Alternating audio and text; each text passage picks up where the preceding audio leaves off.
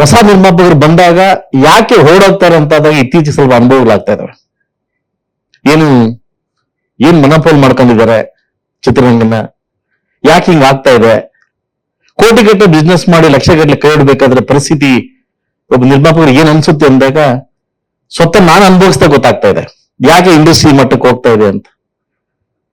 ಒಂದು ಇತ್ತೀಚೆಗೆ ನಡ್ತಕ್ಕಂಥ ಕೆಲವು ಘಟನೆಗಳಲ್ಲಿ ಒಂದು ಆಡಿಯೋ ಬಗ್ಗೆ ಇರ್ಬೋದು, ಒಂದು ಡಿಸ್ಟ್ರಿಬ್ಯೂಟರ್ ಬಗ್ಗೆ ಇರ್ಬೋದು, ಹೇಗೆ ಅವರೇ ಒಂದು ರಿಂಗ್ ಹಾಕೊಂಡು ಒಂದು ಸಂಘ ಮಾಡಿಕೊಂಡು ನಿರ್ಮಾಪಕರು ಯಾಕೆ ಈ ತರ ಮಾಡ್ತಾರ ಅನ್ನೋದಕ್ಕೆ ಇತ್ತೀಚೆಗೆ ನಾವು ಅನುಭವಿಸ್ತಾ ಇದೀವಿ. ಯಾಕೆ ಚಿತ್ರರಂಗ ಬ್ಯಾಕ್ ಹೊಡಿತಾ ಇದೆ? ಏನಕ್ಕೆ ಬ್ಯಾಕ್ ಹೊಡಿತಾ ಇದೆ? ಯಾಕೆ ಚಿತ್ರರಂಗದಲ್ಲಿ ನಿರ್ಮಾಪಕರು ಮುಂದೆ ಬರ್ತಾ ಇಲ್ಲ? ಪ್ಯಾಷನ್ ಇರ್ತಕ್ಕಂಥ ವ್ಯಕ್ತಿಗಳು ಯಾವುದೇ ಒಂದು ಬಿಸ್ನೆಸ್ ಮಾಡಿದಾಗ ಒಂದ್ 4 ಕಾಸು ಹಾಕಿದಾಗ 5 ಕಾಸು ಸಿಕ್ಕಿದಾಗ ಒಂದು 5 ಮೂವಿ ಮಾಡ್ತಾನೆ. ಅವ್ನು 4 ಕಾಸಾಗಿ 1 ಕಾಸು ಕಳ್ಕೊಂಡಾಗ 4 ಕಾಸು ಕಳ್ಕೊಂಡಾಗ ಯಾಕೆ ಹಿಂದೆ ಹೋಗ್ತಾವ್ರೆ? ನಿರ್ಮಾಪಕರು ಯಾಕೆ ಮನವಿ ಮಾಡ್ಕೊಂತಾವ್ರೆ? ಹಿಂದೆ ನಿರ್ಮಾಪಕರು ಎಲ್ಲ ಆಸ್ತಿ ಮಾಡ್ಕೊಂತಾರೆ ಅಂತಂದಾಗ ಕೆಲವು ಘಟನೆಗಳು ಬಂದಾಗ ತುಂಬಾ ಬರೀ ರಾಜಕೀಯದಲ್ಲಿ ಕೂಡ ನಾವು ಡೆಲ್ಲಿವರೆನ ಆಳವಾಗಿದೆ. ಈ ಚಿತ್ರರಂಗದಲ್ಲೂ ನಾರ್ತ್ ಕರ್ನಾಟಕ ಬಂದು ನಾರ್ತ್ ಇಂಡಿಯಾ ಬಂದು ನಮ್ಮ ಆಳ ಮಟ್ಟಕ್ಕೆ ಬಂದ್ಬಿಟ್ಟಿದ್ದಾರೆ. ಒಂದು ಮನಪೋಲ್. ಇವತ್ತು ನೀವು ನೋಡ್ತಿದ್ರಿ, ಹಿಂದೆ ರಾಜ್ಕುಮಾರ್ ಶಂಕರ್ನಗರ್ ಇದ್ದಾಗ ಥಿಯೇಟರ್ಕಲ್ಲಿ ಬಿಸ್ನೆಸ್ ನಂಬ್ಕೊಂತ ಇದೀವಿ. ಇವತ್ತು ಥಿಯೇಟರ್ಕಲ್ಲಿ ಎಷ್ಟೋ ಥಿಯೇಟರ್ಸ್ ಓನರ್ಸ್ ಅವ್ರು ಮುಚ್ತಾ ಇದ್ದಾರೆ. ಯಾವ ಮಟ್ಟಕ್ಕೆ ಇನ್ನು ಹೋಗ್ತಾ ಇರುತ್ತೆ, ಥಿಯೇಟರ್ಸ್ ಇನ್ನೂ ಕಡಿಮೆ ಆಗ್ತವೆ. ಯಾಕೆಂದ್ರೆ ಬಿಸ್ನೆಸ್ ಇಲ್ಲ. ಏನಾಗಿದೆ, ಇಡೀ ಚಿತ್ರರಂಗವನ್ನ ಮನಪೋಲ್ ಮಾಡ್ಕೊಂಡ್ಬಿಟ್ಟಿದ್ದಾರೆ. ಇತ್ತೀಚೆಗೆ ಕೆಲವು ಏನ್ ನಡೆದ ಘಟನೆಗಳಲ್ಲಿ ನಾನು ಹೇಳ್ತಾ ಇರೋದು ಏನಂತಂದ್ರೆ, ಚಿತ್ರರಂಗ ಮೇಲಕ್ಕೆ ಬರ್ಬೇಕಾದ್ರೆ ಫಸ್ಟ್ ನಮ್ಮ ಥಿಯೇಟರ್ ಓನರ್ಸ್ ಬದುಕಬೇಕು. ಇವತ್ತು ಅವ್ರು ಬದುಕೋ ಪರಿಸ್ಥಿತಿ ಇಲ್ಲ. ಯಾಕೆಂತಂದ್ರೆ ಕೆಲವು ವಿದ್ಯಮಾನಗಳಿಂದ ಇಲ್ಲ. ಸೊ ಅದರಿಂದ ಎಲ್ಲಾ ಪ್ರೇಕ್ಷಕರಿಗೂ, ನನ್ನ ಕರ್ನಾಟಕ ಜನತೆಗೆ ಒಂದು ಮಾತು ಹೇಳ್ತೀನಿ. ನಾನೊಬ್ಬ ರಾಜಕೀಯ ವ್ಯಕ್ತಿ, ಒಬ್ಬ ಉದ್ಯಮಿ, ಈ ಚಿತ್ರರಂಗದಲ್ಲಿ ಕೂಡ ಒಬ್ಬ ಪ್ಯಾಷನ್ ಇರ್ತಕ್ಕಂಥ ವ್ಯಕ್ತಿ ಚಿತ್ರರಂಗ ಬಂದಿದ್ದೀನಿ. ನಮ್ಮಂತವ್ರನ್ನ ಬೆಳೆಸಿದ್ರೆ ಖಂಡಿತ 16 ಮೂವಿ ಮಾಡಬಲ್ವಿ. ನಮ್ಮಂತವ್ರನ್ನ ಒಂದು ಓಡಿಸಿದ್ರೆ ಖಂಡಿತವಾಗ್ಲೂ ಇಡೀ ಚಿತ್ರರಂಗೆ ಅನ್ಯಾಯ ಆಗುತ್ತೆ ಅಂತ ಒಂದು ಮಾತು ಹೇಳ್ತೀನಿ. ಇದೇನಂತಂದ್ರೆ ಇದು ಪ್ಯಾನ್ಸ್ ವಾರ್ ಇರ್ಬೋದು.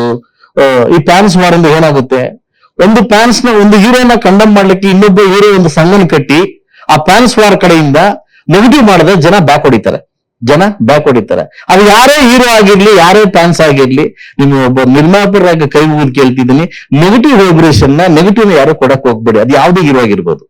ಚಿತ್ರರಂಗನ ಬೆಳೆಸ್ಬೇಕಾದ್ರೆ ದಯವಿಟ್ಟು ನಿಮ್ಮ ಕೈಲಾದಷ್ಟು ಸಹಾಯ ಮಾಡಿ ಹೊರತು ನೆಗೆಟಿವಿಟಿನ ಮಾಡಕ್ ಹೋಗ್ಬೇಡಿ. ನೆಗೆಟಿವಿಟಿ ಇತ್ತೀಚೆಗೆ ನಡೀತಕ್ಕಂಥ ಕೆಲವು ವಿದ್ಯಮಾನಗಳು ಸೌತ್ ಇಂಡಿಯಾದಲ್ಲಿ ಇವತ್ತು ತೆಲುಗು ಇರ್ಬೋದು, ಕನ್ನಡ ಇರ್ಬೋದು, ತಮಿಳು ಇರ್ಬೋದು, ಒಂದು ದೊಡ್ಡ ಮಟ್ಟಕ್ಕೆ ಒಂದು ಇದಾಗ್ತಾ ಇದೆ. ಇನ್ನು ಫ್ಯಾನ್ಸ್ ವಾರ್ ಆಗ್ತಾ ಇದೆ. ಇದು ನೆಕ್ಸ್ಟ್ ಬರ್ತಕ್ಕಂಥ ಅಧಿವೇಶನದಲ್ಲಿ ನಾನು ಒಂದು ಪ್ರೈವೇಟ್ ಬಿಲ್ ನ ಪಾಸ್ ಮಾಡ್ತಾ ಇದ್ದೆ. ಯಾಕಂದ್ರೆ ಯಾರೋ ನೆಗೆಟಿವಿಟಿ ಹೊರಲಿಕ್ಕೆ ಅವಕಾಶ ಕೊಡಬಾರದು ಅನ್ನೋ ಕಾರಣಕ್ಕೋಸ್ಕರವಾಗಿ ಒಂದು ಪ್ರೈವೇಟ್ ಬಿಲ್ ನ ಪಾಸ್ ಮಾಡ್ಬೇಕಂತ ತೀರ್ಮಾನ ಆಗಿದ್ವಿ. ಸೊ ಇಡೀ ಚಿತ್ರರಂಗವನ್ನ ಧನ್ವೀರವರು, ನನ್ನ ಸ್ನೇಹಿತರು, ನಮ್ಮಿಬ್ಬರು ಜರ್ನಿ ಸ್ಟಾರ್ಟ್ ಆಗಿದ್ದು ದರ್ಶನ್ ಅವರಿಂದ. ನಾನು ಚಕ್ರವರ್ತಿ ಮೂವಿ ಅರ್ಧಕ್ಕೆ ನಿಂತಾಗ ಅಲ್ಲಿ ಮೂವಿನ ಟೇಕ್ ಔಟ್ ಮಾಡ್ಕೊಂಡೆ. ಸೊ ಅದಾದ್ಮೇಲೆ ದಿನಕರ್ ತೂಬ್ಗೆ ಒಂದು ಅವಕಾಶ ಕೊಟ್ಟು ಲೈಫ್ ಜೊತೆ ಸೆಲ್ಫಿ ಮಾಡಿದೆ. ಅದಾದ್ಮೇಲೆ ನಾನು ನಮ್ಮ ಧನ್ವೀರವ್ರಿಗೆ ಅವಕಾಶ ಕೊಟ್ಟಿದ್ದೀನಿ. ಸೊ ಅಲ್ಲಿಂದ ಜರ್ನಿ ಸ್ಟಾರ್ಟ್ ಆಗಿದ್ದು ಇಲ್ಲಿ ಬಂದು ನಿಂತಿದೆ. ಮುಂದೆ ಎಲ್ಲೋಗುತ್ತೆ ಅಂತ ಗೊತ್ತಿಲ್ಲ. ಸೊ ಅದಾದ್ಮೇಲೆ ಗಣೇಶ ಜೊತೆ ದೊಡ್ಡ ಮೂವಿ ಮಾಡ್ತಾ ಇದೀವಿ, ಅದು ಅಂತ ಮುಗ್ದಿದೆ. ಅದಾದ್ಮೇಲೆ ಸಂಜನಾ ಅವ್ರ ಬಗ್ಗೆ ಹೇಳಂಗಿಲ್ಲ, ನಮ್ಮ ಸಲಗಾ ಸಂಜನಾ ಅವರಂತ ಹೆಸರಾಗಿದೆ. ಇದಾದ್ಮೇಲೆ ನಮ್ಮ ರಘು ಅವರು ಊರ್ ಬಿಟ್ಟು ಬಂದು ಇಂಜಿನಿಯರ್ ಮಾಡಿ ಕೆಲಸ ಇಲ್ಲದೆ ರೂಮ್ ಹಾಕೊಂಡು ಕತೆ ಬರೀತಾ ಇದ್ ನನಗೆ ಅನಿಸ್ತು. ಈ ತರ ಅವರು ಎಷ್ಟೋ ಲಕ್ಷಾಂತರ ಜನ ಕಾಯ್ತಾ ಇದ್ದಾರೆ ಕರ್ನಾಟಕ. ನನ್ನ ಮನೆಗೆ ನಾನು ಆಫೀಸ್ ಬಂದಾಗ ಫಸ್ಟ್ ನಾನು ಕೇಳೋದು, ನೀನು ಊಟ ಮಾಡು. ನಾನು ಫಸ್ಟ್ ಕೇಳೋದು, ನಿನ್ ಇನ್ಕಮ್ ಏನ್, ನಿನ್ ಮಂತ್ಲಿ ಇನ್ಕಮ್ ಏನ್, ನೀವೇನ್ ಮಾಡ್ತಿದ್ಯಾ? ಮೂವಿ ಫಸ್ಟ್ ಆಚೆ ಹೋಗು, ಯಾವ್ದನ್ನ ಕೆಲಸ ಮೂವಿ ಮಾಡ್ಕೊಳ್ಳೋ. ಈಗ ಸಾವಿರಾರು ಜನ ಈ ತರ ವ್ಯಕ್ತಿಗಳು ಕೆಲಸ ಮಾಡ್ತಾ ಇದಾರೆ. ಇವನೊಬ್ಬ ಗೆದ್ರೆ ಲಕ್ಷಾಂತರ ಜನ ಗೆದ್ದಂಗೆ, ಲಕ್ಷಾಂತರ ಸಾವಿರಾರು ಜನಕ್ಕೆ ಆಚೆ ಒಂದು ಅವಕಾಶ ಬರುತ್ತೆ ಅನ್ನೋ ಕಾರಣಕ್ಕೋಸ್ಕರವಾಗಿ ಈ ಮೂವಿನ ಕೊಟ್ಟಿದ್ದೀನಿ. ಇನ್ನು ನಾನು ದೊಡ್ಡ ಮಟ್ಟಿಗೆ ಹೇಳೋಂಗಿಲ್ಲ.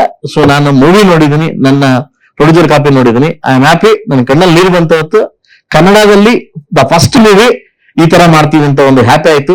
ಇಡೀ ಚಿತ್ರರಂಗಕ್ಕೆ, ಇಡೀ ಪ್ರೇಕ್ಷಕರಿಗೆ ಹೇಳ್ತೀನಿ, ನೀವು ಕೊಡ್ತಕ್ಕಂಥ ಟಿಕೆಟ್ ಹಣಕ್ಕೆ ಖಂಡಿತವಾಗ್ಲೂ ಮೋಸ ಇಲ್ಲ, ಇದಕ್ಕೆ ನಾನು ಗ್ಯಾರಂಟಿ ಕೊಡ್ತೀನಿ ಅಂತ ಹೇಳ್ತಾ, ಇಡೀ ಮಾಧ್ಯಮದವ್ರಿಗೂ, ಈ ಪ್ರತ್ಯಕ್ಷವಾಗಿ ಪರೋಕ್ಷವಾಗಿ ನನ್ನ ಚಿತ್ರಕ್ಕೆ ಕೆಲಸ ಮಾಡ್ತಕ್ಕಂಥ ಎಲ್ಲ ನನ್ನ ಫ್ಯಾಮಿಲಿ ಅಂದ್ರೆ ಮುಗೀತು. ಎಲ್ಲ ಕ್ಯಾಮ್ರಾಮನ್ ಇಂದ ಹಿಡಿದು ಅಸೋಸಿಯೇಟ್ ಇಂದ ಡೈರೆಕ್ಟರ್ಸ್ ಇಂದ ಎಲ್ರಿಗೂ ನಾನು ಇದು ಮಾಡ್ತೀನಿ. ಈ ಮೂವಿನ ಇಲ್ಲಿವರೆಗೂ ತಗೊಂಡ್ಬಂದಿದ್ದು, ನಾನು ರಾಜಕೀಯದಲ್ಲಿ ಬ್ಯುಸಿ ಆಗಿರ್ತೀನಿ. ನನ್ನ ಬಾಮೈಕ್ಲಾಗಿರ್ತಕ್ಕಂಥ Prashant and Murali and Prasad and Mahesh is my close friend. ನಾನು ಹೇಳಿದೆ, ನೀನು ಒಳಗಡೆ ಎಂಟ್ರಿ ಆಗಪ್ಪ, ನಾನು ನೋಡ್ಕೊಳಕ್ ಆಗ್ತಾ ಇಲ್ಲ ಅಂತ. ಈಚ್ ಅಂಡ್ ಎವ್ರಿ ಪಾಯಿಂಟ್ ಕೂಡ ಪ್ರಶಾಂತ್, ನಮ್ಮ ಮಹೇಶ್ ಗಮನಿಸಿ ಈ ಚಿತ್ರರಂಗವನ್ನ 27ನೇ ತಾರೀಕು ನಿಮ್ಮ ಮನೆ ಬಾಗಿಲಿಗೆ ಬಿಡ್ತಾ ಇದ್ದೀವಿ. ದಯವಿಟ್ಟು ಆರೈಸಿ, ಆಧರಿಸಿ, ನಮ್ಗೆ ಆಶೀರ್ವಾದ ಮಾಡಿ ಅಂತ ಕೇಳ್ತೀನಿ. Thank you.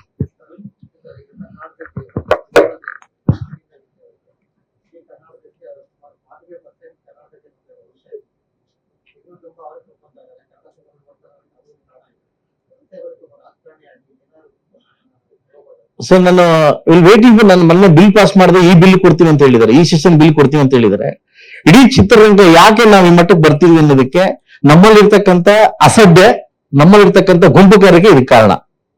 ನಾನು ನೇರವಾಗಿ ಹೇಳ್ತೀನಿ, ನಮ್ಮಲ್ಲಿರ್ತಕ್ಕಂಥ ಅಸಡ್ಡೆ, ಒಂದು ಗುಂಪುಗಾರಿಕೆ, ಒಂದು ಗುಂಪುಗಳು. ನಾನು ಇದು ಮೊದಲು ಅನಾಸ ಡ್ಯಾನ್ಸ್ ನಾನು ಈ ತರ ನೋಡಿರ್ಲಿಲ್ಲ. ಗುಂಪುಗಾರಿಕೆ, ಅವ್ರದೇ ಒಂದು ಗುಂಪು, ಇವ್ರದೇ ಒಂದು ಗುಂಪು. ಇದು ಏನಾಗುತ್ತೆ, ಇವರು ಪ್ರೇಕ್ಷಕ ಕನ್ಫ್ಯೂಸ್ ಆಗ್ಬಿಟ್ಟು ಎಲ್ಲ ಹೋಗ್ಬೇಕಂತ ಕನ್ಫ್ಯೂಸ್ ಆಗ್ಬಿಟ್ಟದೆ. ನೀವು ಚಿತ್ರರಂಗದಲ್ಲಿ ಒಂದಾದ್ರೆ ಮಾತ್ರ ನಾವು ಗೆಲ್ಲಕ್ ಸಾಧ್ಯ ಆಗುತ್ತೆ ಸರ್. ಚಿತ್ರರಂಗದಲ್ಲಿ ಒಂದಾದ್ರೆ ಮಾತ್ರ ಸರ್. ಯಾವುದೇ ತಮಿಳು ಮೂವಿ ಬರ್ಲಿ, ತೆಲುಗು ಮೂವಿ ಬರ್ಲಿ, ನಾವು ಮಟಾಶ್, ಅವ್ ಎಂತಾದಾಗ್ಲಿ ಬಿಡಿ, ನಾವು ಎದ್ದೋಗ್ಬಿಡ್ತೀವಿ. ಅವ್ರು ನಮ್ಗೆ ಥಿಯೇಟರ್ಸ್ ಕೊಡ್ತಾ ಇಲ್ಲ. ಎಂತ ಒಳ್ಳೆ ಮೂವಿಯನ್ನು ಥಿಯೇಟರ್ ಕೊಡ್ತಾ ಇಲ್ಲ. ಇಲ್ಲ ಯಾಕೆ ಹೇಳಿ? ನಮ್ಮಲ್ಲಿ ಒಗ್ಗಟ್ಟಿಲ್ಲ ಸರ್, ನಮ್ಮಲ್ಲಿ ಒಗ್ಗಟ್ಟಿಲ್ಲ. ಮೇನ್ ಅದೇ ಪ್ರೊಡ್ಯೂಸರ್, ನಾನು ದುಡ್ಡಾಗ್ತಾನು 4 ಕಾಸು ನಾಳೆ 4 ಮೂವಿ ಮಾಡ್ತೀನಿ, 4 ಕಾಸು ಹಾಳಾಗ ಏನ್ ಮಾಡ್ತೀನಿ? ಇದು ಪ್ರೊಡ್ಯೂಸರ್ ಬಗ್ಗೆ ತಿಂಕ್ ಸರ್. ತೆಂಗಿನಕಾಯಿ ಹೊಡೆ ತನಕ ಪ್ರೊಡ್ಯೂಸರ್ ಅಷ್ಟೇ, ತೆಂಗಿನಕಾಯಿ ಹೊಡೆದ ಪ್ರೊಡ್ಯೂಸರ್ ಇಲ್ಲ. ತಲೆ ಬದಲಿಸಬೇಕು. ನಮ್ಮೊಬ್ಬನಾಗಲ್ಲ ಸರ್, ಎಲ್ರಿಗೂ ಅಷ್ಟೇ. ಅರ್ಧ ನಮ್ಮೊಬ್ಬನಾಗಲ್ಲ, ಎಲ್ರಿಗೂ ಅಷ್ಟೇ. ಚಿತ್ರರಂಗ ಬೆಳಿಬೇಕಾದ್ರೆ ಸರ್ ಒಗ್ಗಟ್ಟಾಗಿರ್ಬೇಕು ಸರ್. ಒಂದ್ ತಾಯಿ ಮಕ್ಕಳು ಅಂತ ಇರ್ಬೇಕು ಸರ್. ನಾವು ಚಿತ್ರರಂಗ ನಮ್ಮ ತಾಯಿ, ಯಾವಾಗ ಕುಡಿಲೇಬೇಕು, ಎಲ್ಲಾ ಮಕ್ಕಳು ಕುಡಿಲೇಬೇಕು. ಅದು ಕಲ್ಮಶ ಬೇಡ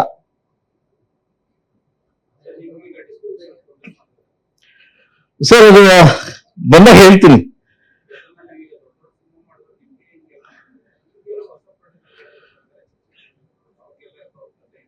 ಸರ್. ಒಂದು ವ್ಯಕ್ತಿ ಬರ್ತಾನೆ, ಅಣ್ಣ ನೀವು ಮೂವಿ ಮಾಡ್ತೀರಿ ಅಂತ ಹೇಳ್ತಾನೆ, ಮಾಡಪ್ಪ ಅಂತ ಹೇಳ್ತೀನಿ. ಓಕೆ, ಅಮಾವಾಸ್ಯೆ ಸೈನ್ ಮಾಡ್ತೀವಿ ಅಂತ ನಾನು ಟೀಮ್ ಹೇಳ್ತೀನಿ. ಅಮಾವಾಸ್ಯೆನ ಸೈನ್ ಮಾಡ್ಕೊಡ್ತೀನಿ. ಅಮಾವಾಸ್ಯೆ ಇದೆ, ಅದು ಅಮಾವಾಸ್ಯೆ ಇದೆ, ನಮ್ಮ ಶ್ರೀರಾತ್ರ ಅದನ್ನ ಮಾಡ್ಕೊಡ್ತೀವಿ ಅಂತ ಹೇಳ್ತಾರೆ. ಅದೊಂದು ನಂಬರ್ ಫಿಕ್ಸ್ ಆಗುತ್ತೆ. ನಂಬರ್ ಫಿಕ್ಸ್ ಆದ್ಮೇಲೆ ಅವ್ರು ಫೋನ್ ಮಾಡಿ ಹೇಳ್ತಾರೆ, ನಂಗೆ ಯೂಗೋ ಅರ್ಟ್ ಆಗಿದೆ, ನಾನು ತಗೊಳಲ್ಲ. ಎಷ್ಟು? ಒಂದು ಯೂಗೋ ಅರ್ಟ್ ಆಗಿದೆ ನನಗೆ ಬೇಡ. ನಾನು ಅವ್ನ ಮನೆ ಬಗ್ಗೆ ಹೋಗ್ಲೇ ಇಲ್ಲ, ಅವನೇ ಬಂದಿದ್ದು. ಇಲ್ಲೊಬ್ಬ ವ್ಯಕ್ತಿ ಬರ್ತಾರೆ, ಇನ್ನೊಂದು ಫಿಗರ್ ಹೇಳಿ. ಅದೇನಾಗುತ್ತೆ, ಅವ್ರೊಂದು ರಿಂಗ್ ಅವ್ರು, ನಾನು ಇಷ್ಟು ಕೇಳ್ತೀನಿ, ಇಷ್ಟು ಕೇಳು, ನೀನು ಇಷ್ಟು ಕೇಳ್ತೀನಿ, ಇಷ್ಟು ಕೇಳು, ಅಲ್ಲೇ ಓಡ್ತಿದೆ ರಿಂಗು.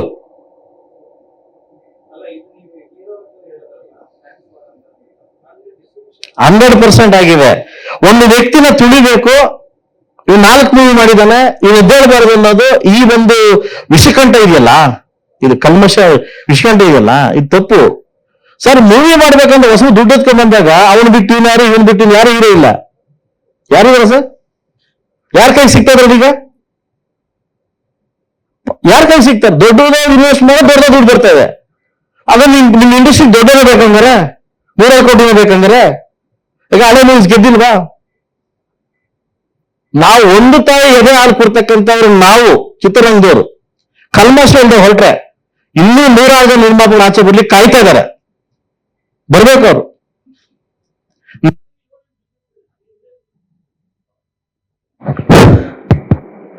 ನನಗೆ ಒಂದು ಬಿಸ್ನೆಸ್, ಇದೇ ಬಿಸ್ನೆಸ್ ಅಲ್ಲ. ಅಂದ್ರೆ ಚಿತ್ರರಂಗ ಬೆಳಿಬೇಕು ಅನ್ನೋ ಕಾರಣಕ್ಕೋಸ್ಕರವಾಗಿ ಬಂದಿರ್ತಕ್ಕಂಥ ವ್ಯಕ್ತಿ ನಾವು.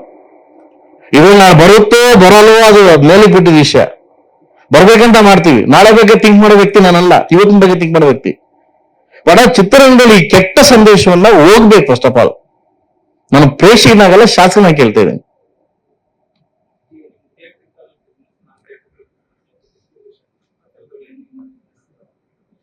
ಸರ್, ನಾನು ಬಿಫೋರ್ ಎಲ್ಲ ಮಾಡ್ಕೊಂಡಿದ್ದೀನಿ ಸರ್. ಬಟ್ ನಾನೇನೋ ದೊಡ್ಡ ವ್ಯಕ್ತಿ ಮಾಡ್ಕೊಂಡಿದ್ದೀನಿ ಸರ್. ಚಿಕ್ಕ ವ್ಯಕ್ತಿ ಏನಾಗಬೇಕಂತ ಪ್ರಶ್ನೆ ಹೇಳೋದು. ನನಗೆ ನೀವು ಕಾಟ ಕೊಟ್ಟರು, ಇಲ್ಲಿ ಚಿಕ್ಕ ಮನೆ ಮಾಟ ಮಾಡ್ಕೊಂಡು ಒಂದು ಸಿನಿಮಾ ಮಾಡ್ಬೇಕಂದ್ರೆ ಈ ತಕ್ಕ ಉತ್ತರ ಇರಿ. ನಿಮ್ಗೆ ಮಾಡಕ್ಕಿಂತ ಮುಂಚೆ ಯೋಚನೆ ಮಾಡಿ. ನೀವು ಆಚೆಗೆ ಬಿಡೋ ನಿಮ್ಮನ್ನ, ಆಚೆಗೆ ಬಿಡೋ ನಿಮ್ಮನ್ನ ಎಲ್ಲಾ ರಂಗದಲ್ಲಿ ಸರ್. ಆಡಿಯೋ ರಂಗದಲ್ಲಿ ಹಿಡಿದು ಡಿಸ್ಟ್ರಿಬ್ಯೂಷನ್ ಹಿಡಿದು ಎಲ್ಲಾ ರಂಗದಲ್ಲಿ ಕೂಡ ಹೇಳ್ತೀನಿ ಸರ್. ಸರ್, ಆಂಧ್ರದಲ್ಲಿ ನನ್ನ ಒಂದು ವಿಷಯ ನಡೀತು, ತಮ್ಗೆ ಗೊತ್ತಿರ್ಬೇಕು. ಒಂದು ಹೆಸರುಗಳಲ್ಲ, ಒಂದು ದೊಡ್ಡ ಹೀರೋ ಕ್ರಿಯೇಟ್ ಒಂದು ಗ್ರೂಪ್ 4 ಶೋ ಅವನೇ ಕಳಿಸ್ತಾನೆ, 5 ಶೋ ನೆಗೆಟಿವ್ ಹೊಡಿಸ್ತಾನೆ. ಪ್ರೊಡ್ಯೂಸರ್ ಕಥೆ ಏನು? ಪುಟದ ಕಥೆ ಏನು? ಇದು ಕರ್ನಾಟಕದಲ್ಲಿ ಆಗದೆ ಇರ್ಲಿ ಅಂತ, ಕರ್ನಾಟಕದಲ್ಲಿ ಆಗ್ಲೇ ಇಲ್ಲ.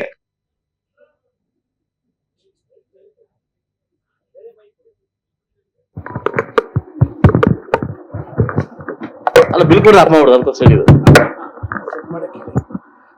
ಚಿತ್ರ ನೋಡಿ ರಿವ್ಯೂಸ್ ಕೊಡೋ ದೇವ್ರ ಯಾರು? ನೀವು ಯಾರು? ಮಾಧ್ಯಮ ಮಿತ್ರರು. ಇವನೇ ಸರ್ ಕೊಡಕ್ಕೆ ₹400 ಕೊಡ್ಬೇಕು. ನೀವು ಮಾತು ಕೇಳ್ಬೇಕು ನಾವು? ಇವ್ರು ನಮ್ಮನ್ನ ಬ್ರಿಡ್ಜ್ ಮಾಡ್ಲಿಕ್ಕೆ ನಮ್ಮ ತಗೊಂಡೋಗ್ಲ ಸೇತುವೆ ಯಾರು? ಮಾಧ್ಯಮ ಮಿತ್ರರು. ನೀವು ತರ ರಿವ್ಯೂಸ್ ಕೊಡ್ಬೇಕು. ಅದಕ್ಕಿಂತ ಮುಂಚೆ ನೀವು ಕೊಡಿಸ್ಬಿಡುದು ರಿವ್ಯೂಸ್. ಯಾಕೆ ಪ್ರೊಡ್ಯೂಸರ್ ಮನ್ನಾಪುರಲ್ಲಿ ಬಂಗಾರ ಇಟ್ಟವನೆ, ಮುತ್ತೂಡ್ ಮಂಗಾರಟ್ಟಲ್ಲಿ ಇವ್ನು ಕೇರ್ ಮಾಡ್ಬೇಕಿತ್ತ ನಾವು? ಇದಾಗಬಾರ್ದು ಸರ್. ಕುಮಾರ್ ಅಂತ ತಗೊಂಡಿದ್ದಾನೆ, ಬೆಂಗಳೂರು ಕುಮಾರ್ ಅಂತ ತಗೊಂಡಿದ್ದಾನೆ. ಸೊ ಎಲ್ಲ ನಮ್ ಕಡೆ ನಡೆಯುತ್ತೆ, ಜಸ್ಟ್ ಥಿಯೇಟರ್ಸ್ ಮಾತ್ರ ಆ ಕಡೆ ಮಾಡ್ಕೊಂಡಿದೀವಿ.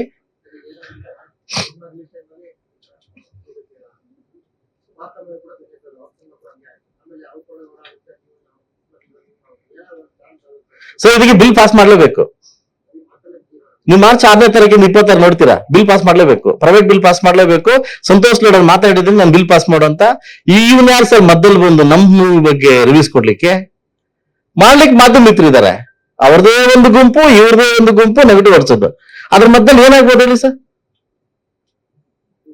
ಪ್ರೊಡ್ಯೂಸರ್ ಹಾಳಾಗ್ತಾರೆ. ತೆಂಗಿನಕಾಯಿ ಹೊರಗೆ ಮಾತು ನಾಲ್ಬೇಕು, ಕುಂಬಳಕಾಯಿ ನಾನು ಬೇಡವಾ ಸರ್? ನಾನು ಇದರಿಂದ ಬದುಕಲಿಕ್ಕೆ ಅಂತ ಅವಶ್ಯಕತೆ ಇಲ್ಲ. ನಾನು ಹೇಳೋದು, ನಾನು ಈ ರಂಗದಲ್ಲಿ ಇದೀನಿ, ಎಷ್ಟು ನೋವು ತಿಂತಿದೀವಿ ಅಂತ. ಒಬ್ಬ ಶಾಸಕರಾಗಿ, ಒಬ್ಬ ಉದ್ಯಮಿಯಾಗಿ ನಮಗೆ ಹಿಂಗ್ ಮಾಡ್ತಾರೆ ಅಂತಂದ್ರೆ ಇಲ್ಲಿ ಪಾಪ ಎಷ್ಟು ಜನ ಇದಾರೆ ಸರ್ ಪಾಪ. Exactly sir. ಸೊ ನಾನು ಫಸ್ಟ್ ಆಫ್ ಆಲ್ ನಾನು ಕಂಡು ಹಾಕಿದ್ದು ಫ್ಯಾನ್ಸ್ ವಾರ್ಗೆ. ನನ್ನ ಎದುರು ಕಂಡಿದ್ದು ಫ್ಯಾನ್ಸ್ ವಾರ್.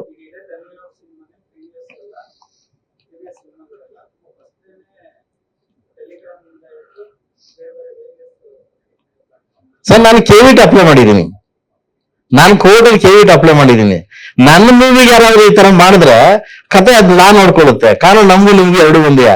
ನಾನು ಇದನ್ನ ನೋಡೇ KVTಗೆ ಅಪ್ಲೈ ಮಾಡಿದ್ದೀನಿ ನಾನು. ಯಾಕೆ ಹೇಳಿ? ಕೋಟಿ ಗಟ್ಟಲೆ ದುಡ್ಡು ಹಾಕಿರೋ ನಾನು, ರಿವ್ಯೂಸ್ ಕೊಡೋದು ಅವನು. ಇದೇ ಒಳ್ಳೆ ಕತೆ ಐತಲ್ಲ. ಮಾಧ್ಯಮ ಮಿತ್ರರು ನಿಯತ ಕೊಡ್ತಾರೆ, ಅದನ್ನ ಅಕ್ಸೆಪ್ಟ್ ಮಾಡ್ಕೊಂತೀವಿ. ಯಾಕೆ ಹೇಳಿ? ನೀವು ನಮ್ ದೇವ್ರನ್ನ ಅಕ್ಸೆಪ್ಟ್ ಮಾಡ್ಕೊಂತೀವಿ. ಇವನ್ ಯಾರೋ ಇನ್ನೊಬ್ರು ಗುಂಪು ಕಳಿಸ್ಬಿಟ್ಟು ಇದ್ರ ಬಗ್ಗೆ ನೆಗೆಟಿವ್ ಮಾತಾಡಿದ್ರೆ, ಬಟ್ ಅದನ್ನ ತಗೊಳಕ್ ನಾನೇ ನಡೀತೀನಿ. ಅದು ನಾನು ಕೋರ್ಟ್ಗೆ ಹೋಗಿದ್ದೀನಿ. ನಾನು ಕೋರ್ಟ್ಗೆ ಹೋಗಿ ವಿತಿನ್ ಎ ಶಾರ್ಟ್ ನಿಮ್ಗೆ ಪ್ರೆಸ್ ಮೀಟ್ ಮಾಡಿ ನಾನು ವಿತಿನ್ ನಮ್ಗೆ 2 days ಮುಂಚೆ ನಾನು ಕಾಪಿ ಕೊಡ್ತೀನಿ ನಿಮ್ಗೆ. ಯಾಕೆ ಹೇಳಿ? ನನ್ನ ಮೇಲೆ ಆ ತರ ನಾನು ಬಿಡಲ್ಲ. ತೆಗಿಲಿಕ್ಕೆ ಲೆಟರ್ ತೆಗಿಲಿಕ್ಕೆ ಕೊಟ್ಟಿದ್ದೀನಿ ಸರ್. ಉದ್ದೇಶಪೂರ್ವಕವಾಗಿ ಎಥಿಕ್ಲಿ ನೀವು ಕರೆಕ್ಟ್ ಆಗಿದೆ, ಕರೆಕ್ಟ್ ಆಗಿಲ್ಲ ಅಂತಂದ್ರೆ ವಿಲ್ ರಿಸೀವಬಲ್. ಒಳ್ಳೆ ಮೇವನೆ ಕೆಟ್ಟದು ಅಂತ ಪ್ರಯತ್ನ ಮಾಡಿದ್ರೆ ಅದು ನೋಡ್ಲಿಕ್ಕೆ ಹೆಂಗಾಗುತ್ತೆ, ಕೇಳಲಿಕ್ಕೆ ಹೆಂಗಾಗುತ್ತೆ? ಸಿಕ್ಕಾಪಟ್ಟಿದೆ ಸರ್.